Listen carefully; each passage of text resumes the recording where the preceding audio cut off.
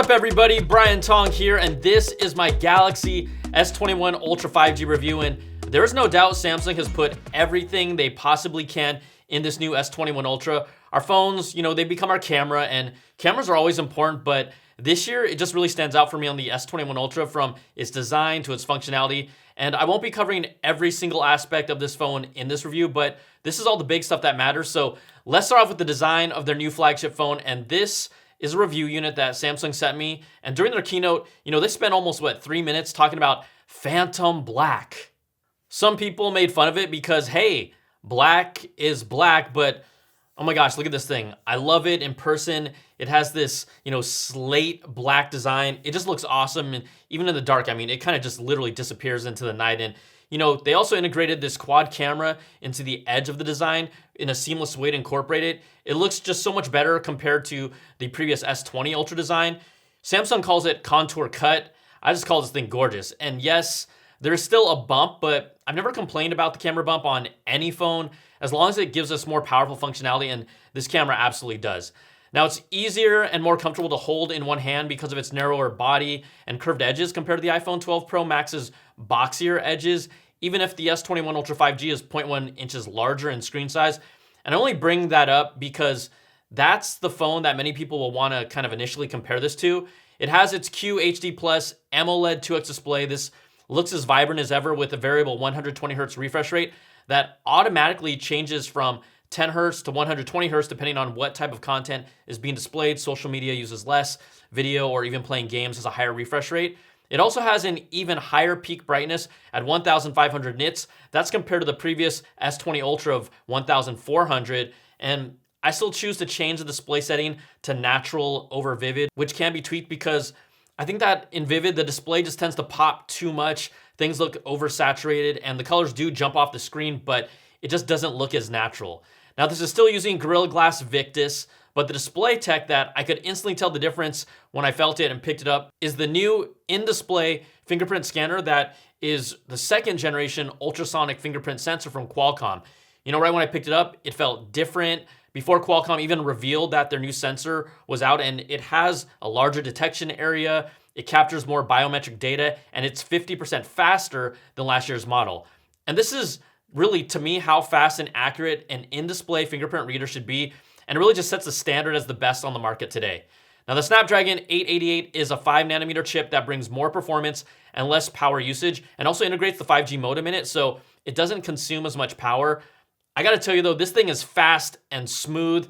The 120 Hz refresh rate visuals also, give me the feeling of a snappy experience that never felt I was lacking in any way. So this is kind of a total package. You also have the latest One UI. It's still minimal on top of Android, and you'll still be able to use split screen apps, even 3 apps if you want to. I think that gets a little crowded, but bouncing around on a Galaxy phone just never felt as good to me. And you also have the option to swap between either Samsung Free when you swipe all the way to the right. This is their panel for news and streaming entertainment versus Google Discover. Well, I'm gonna always set it to Google. The S21 Ultra also comes in 128, 256, and 512 storage capacities. The 128 and 256 come with 12 gigs of RAM, while the 512 option brings 16 gigs of RAM.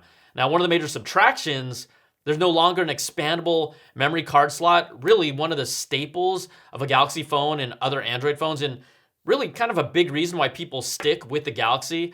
I've never taken advantage of it, and I'm sure the data shows from Samsung that a majority of users aren't using it, but taking it away to me is kind of a kick to the gut for longtime users. It might even be a deal breaker for some of you, but it's also on trend with the majority of flagship phones today. The phone supports Bluetooth 5.2, it has ultra wideband and Wi-Fi 6E that supports the 6 gigahertz band, plus it has an IP68 rating, which means it can be submerged in 1.5 meters of water for up to 30 minutes. All right, let's get to what really makes this phone special to me, and that's its cameras. Now, I was absolutely impressed with Apple's triple lens camera when they first brought it to the 11 Pro. They have it on the 12 Pro. But the Galaxy S21 Ultra has completely surpassed it with its 4-camera lens, its optical zoom, it does macro shots, and its overall versatility. There's just so much to dive into here, and I really can't cover it all, but I'm gonna really cover what I can that I feel is important. So let's first break down its new quad camera. It's all laid out within this slick contour cut design, but you start with an ultra-wide 12 megapixel camera with an f/22 aperture. Then you'll have the workhorse 108 megapixel wide angle sensor with optical image stabilization and a f1.8 aperture, which allows the most light of all the cameras in. Then this is where it gets interesting with two telephoto cameras working together. One is a 10 megapixel sensor with a 3x optical zoom and an f2.4 aperture. The other is a 10 megapixel sensor with a 10x optical zoom, which is the best optical zoom on the market today, and an f4.9 aperture. It also has a laser autofocus sensor for more accurate focusing, and it doesn't have any of the significantly slower autofocus issues that initially affected the S20 in my tests. In this video comparison here, using the S21 Ultra and then an iPhone 12 Pro Max, you can see there's just a slight moment where the S21 has to adjust, where it's really a lot more subtle of a transition for the iPhone. You might even have to go back and look at it twice to see if you can catch it. But let's look at some of the images that I captured to show you just how impressive this camera is. I took it out to the Redondo Beach area to get some images of surfers from a distance. And with these images, you'll see me start at 0.6 with the ultra wide lens, then 1x, then 4x, then 10x, then 30x, and finally 100x for its space zoom. Now, we know space zoom at 100 times is a combination of the 10x optical and then AI digital zoom. And there have been some nice pictures of the moon that people have taken. I mean, Samsung markets this a lot, but rarely will you ever really use it consistently after the first few times. For me, I was more fascinated with being able to get up to a true 10x optical zoom, which resulted in video footage of surfers from a distance that just looked great compared to the iPhone 12 Pro Max. That gets a 2.5x optical zoom at best. That's just weak in comparison. Now, I think Samsung just really needs to lean into this 10x optical zoom capabilities instead of, going for the marketing 100x space zoom when it talks about this thing, because 10x is so much more important and so much more practical.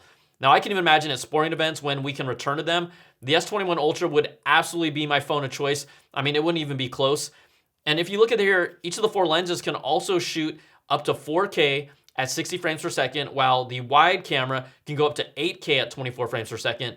But what makes the S21 Ultra so versatile with its two telephoto lens is how it uses them together. So when you're going up to 3x, that's a true optical zoom with its telephoto lens. But then from 3x to 6x in that range, it's using a combination of the 3x optical sensor and then the AI digital zoom to kind of push it there. Now, here's what's interesting. Samsung said once you get to the 6x to the 10x range, it's actually using a fusion of the two lenses until you can get to that 10x mark, where then you're using the true 10x telephoto lens.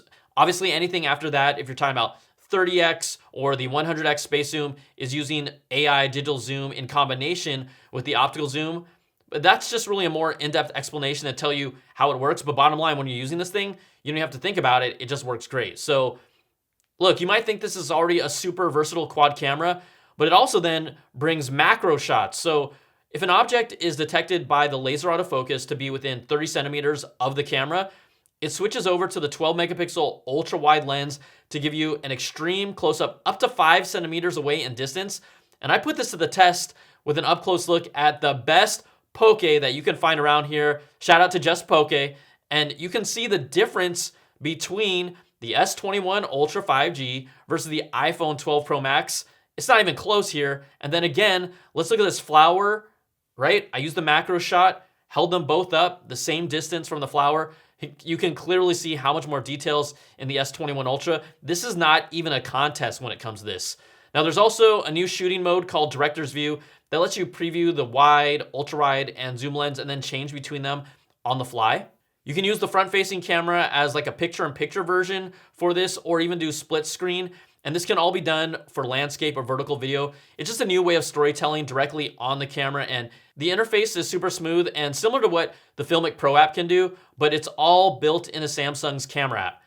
There's also so many other features like an improved single take for both still and video moments taken simultaneously and then captured with AI processing. Plus, the front-facing 40 megapixel sensor has a selfie color tone that you can actually change between bright, which is the default, versus natural, which I prefer. This is the most versatile camera system that I've used on a phone to date, but it's also easy to use at the same time, and you can still dig deep into the Pro mode if you want to, but either way, you're gonna get great shots. Samsung has just done something special here, especially when cameras are our phones and at the heart of our content creation. I came away absolutely impressed. Now, there are a few other things that the S21 Ultra 5G gets rid of. There's no longer a power adapter included in the box, which makes the box and packaging a whole lot slimmer.